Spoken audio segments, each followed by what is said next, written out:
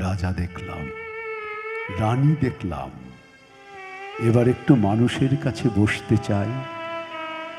এসো আমরা প্রেমের গান গাই, এসো আমাদের প্রিয় কবির কাছে যাই।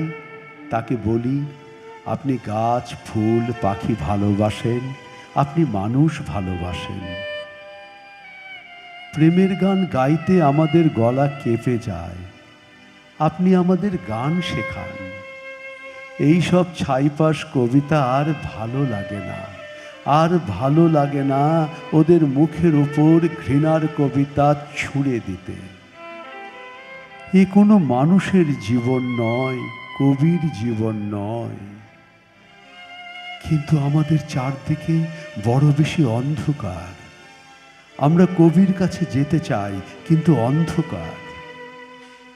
অন্ধকারে আলাদিনের দৈত্য আমাদের পথ রুখে দাঁড়ায়। সে আমাদের কাছ থেকে কবিতা লেখার খাজনা চায়, সে আমাদের আইন শেখাতে চায়।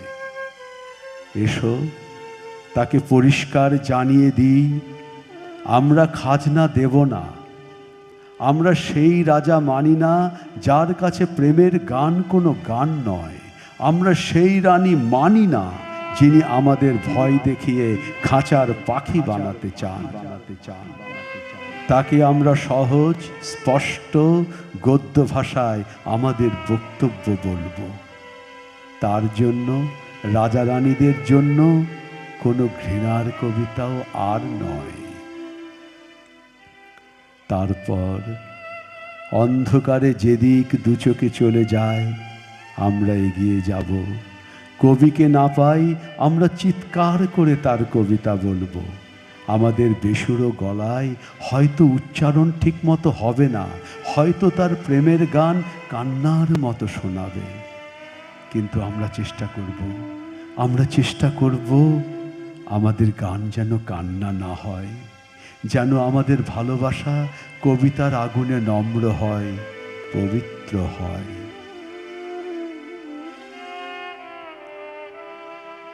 মানুষের জন্য আমরা মানুষকে স্পর্শ করতে চাই।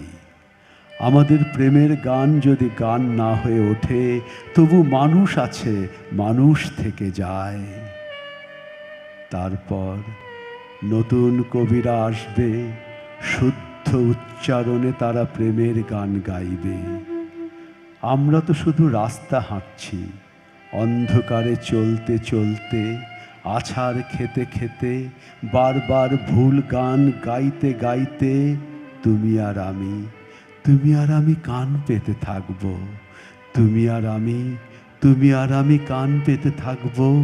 কে যায়, কে যায় অন্ধকারে, কে যায় অন্ধকারে, কে আসে।